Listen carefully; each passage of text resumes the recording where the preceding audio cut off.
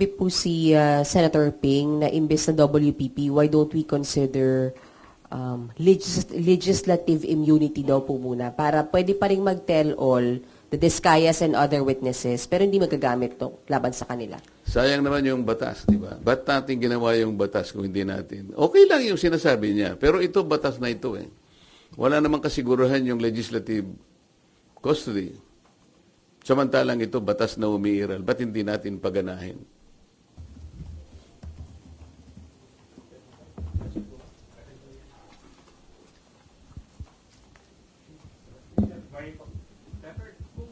Nabanggit niyo po kanina na hindi na po saklaw ninyo trabaho yung pag-determine kung nagsasabi ng totoo o hindi yung witness.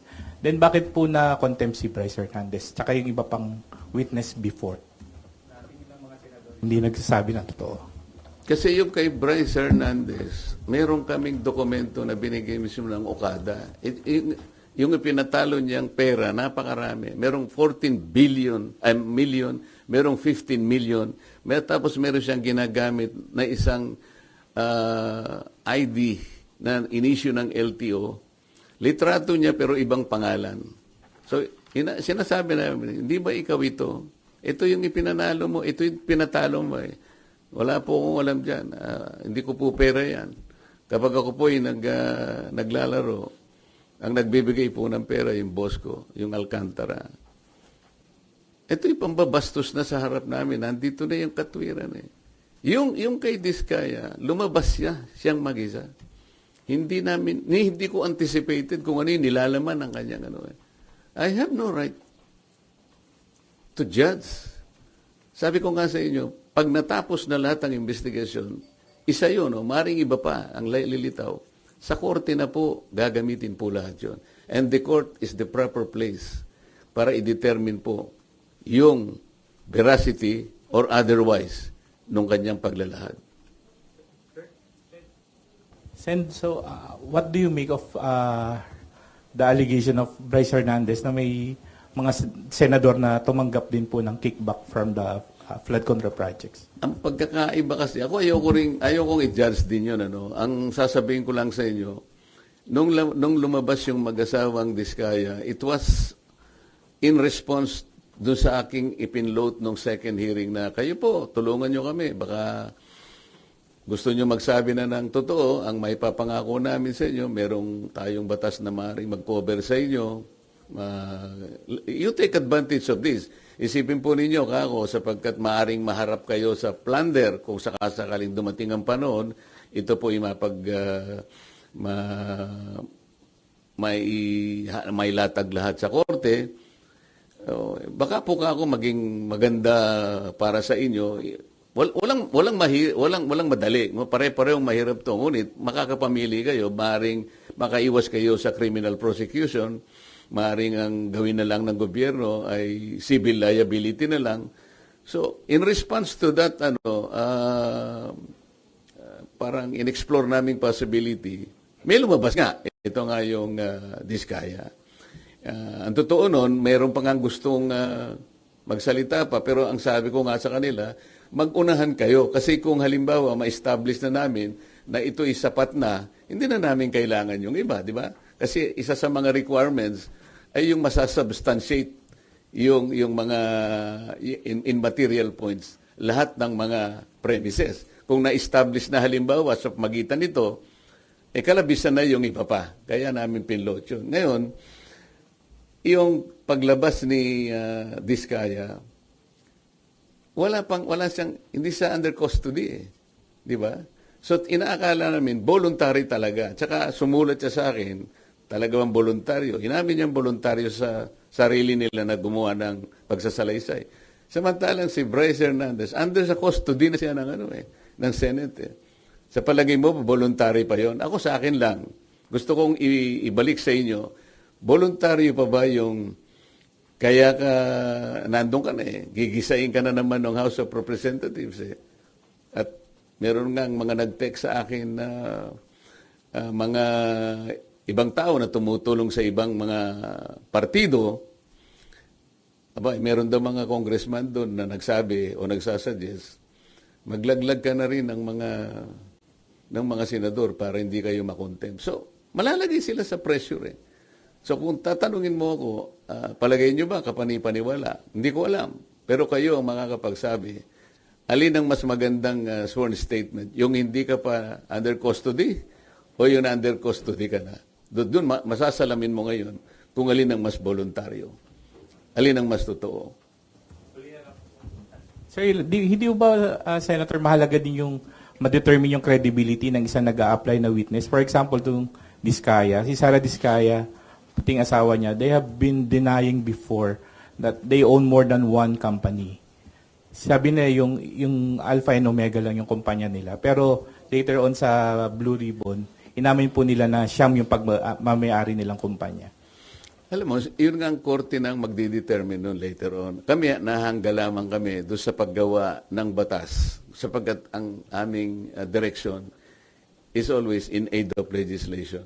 Gusto kong malaman ninyo, there is a distinction between police investigation at saka yung investigation in aid of legislation. Ayokong magbigay ng insinuation dyan, but hindi ako marunong sa police investigation dahil hindi ako police.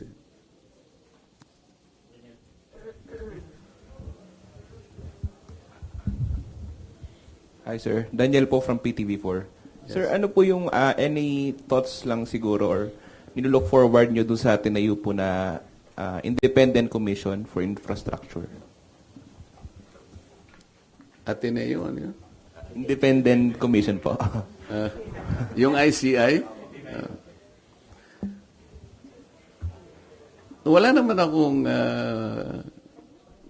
baka sakaling makatulong naman yon, bakit hindi? Ang gusto ko lang sanang makita ninyo, lalo na kayong mga members ng media, kailangan mag-fit sila doon sa tinatawag na Independent Commission.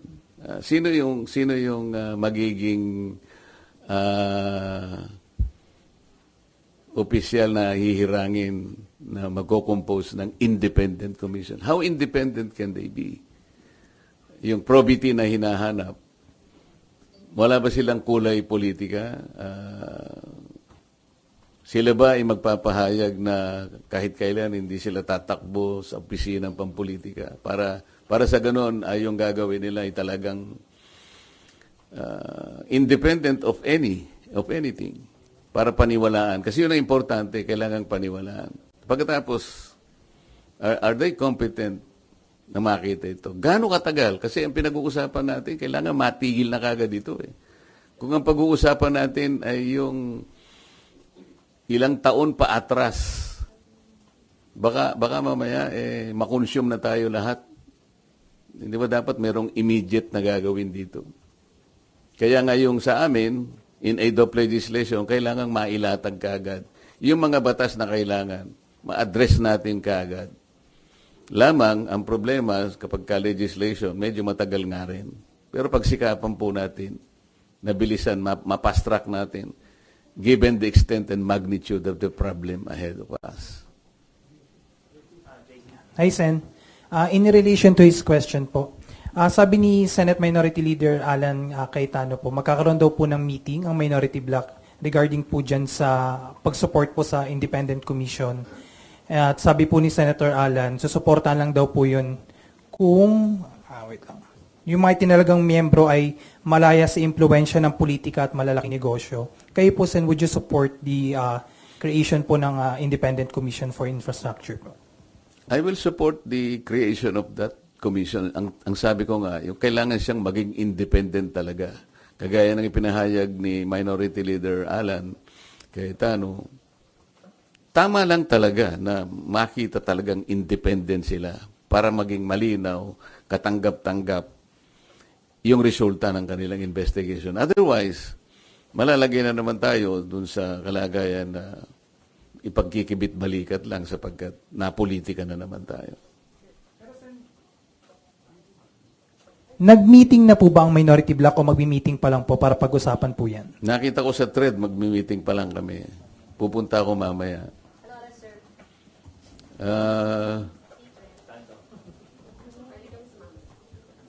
Parang lunch yata eh. Pero quick lunch lang kasi kailangan namin makabalik dahil meses yun, hindi ba? Sir Mav Gonzalez po, GMA. Sir, may we get your comment lang po, ibabalik na daw po sa Senate si Bryce. Ano ka, ma'am? Ibabalik na po sa Senado si Bryce. O, hindi maganda. Talaga naman dito siya dapat. Sir, what do you think prompted this? What do you think prompted this po? Hindi ko alam. Baka naisip nila na talagang dapat sa Senado talaga.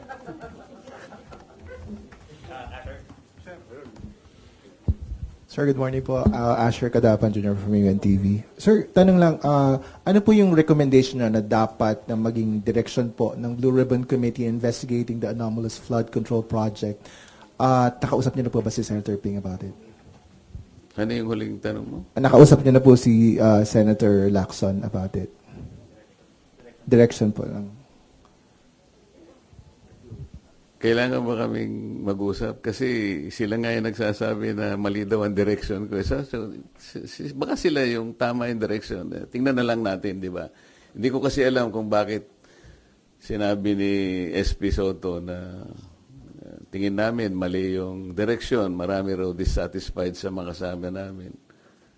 Sino kaya yung kasama namin dissatisfied? Baka si House Speaker Romualdez lang ang dissatisfied doon sa paraan ng aming pag-imbestiga. Sabi ko nga sa inyo, committee investigation is not police investigation. Hindi yung nag-iimbestiga na pagkatapos meron pang separate investigation. Sa aking palagay ay hindi sana nangyari yun. Merong lugar dito, meron sa Arayat, meron sa Nauhan, Mindoro, meron sa ganito.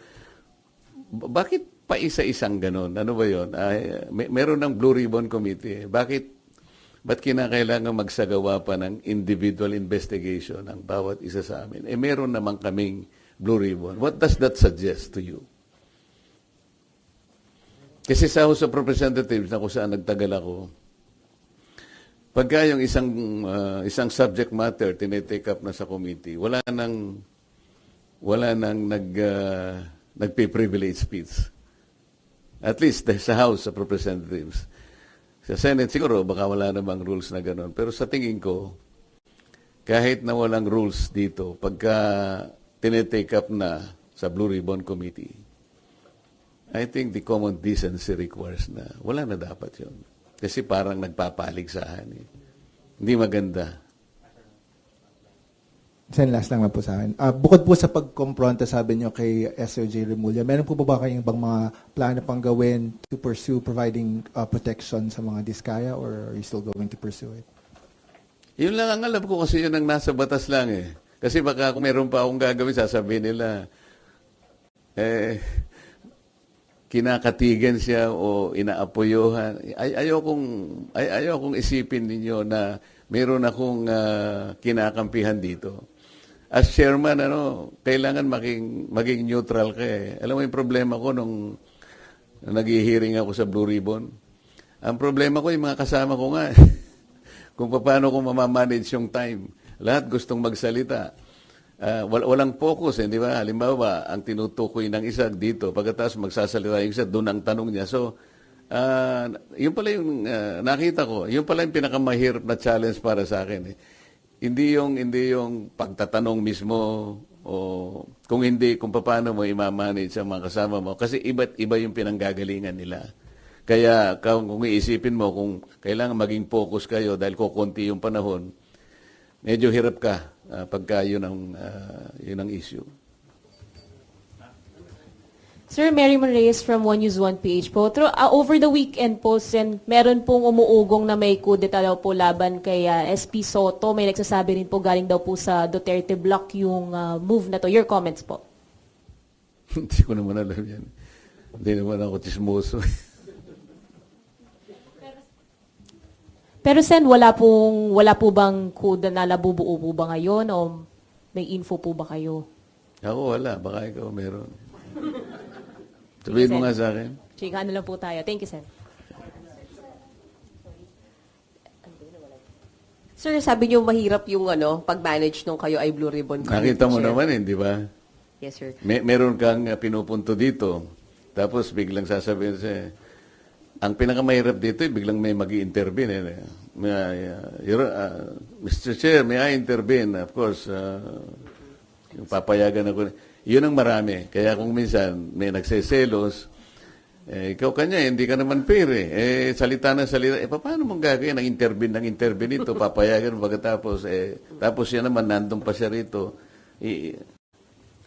Naku, hirap ka talaga doon. So, sir, nakahinga ba kayo ng maluwag na hindi na kayong chair o would you have wanted to stay as the chairman of Blue Ribbon po? Ito yung una mong tanong, nakaluwag-luwag, talagang lumuwag.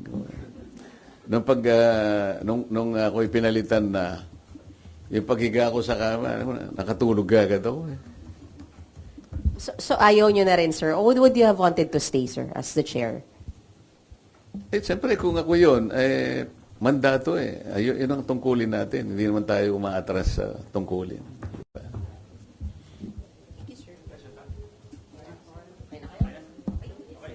Okay, salamat sa inyong lahat. Hanggang sa susunod na pagkakataon.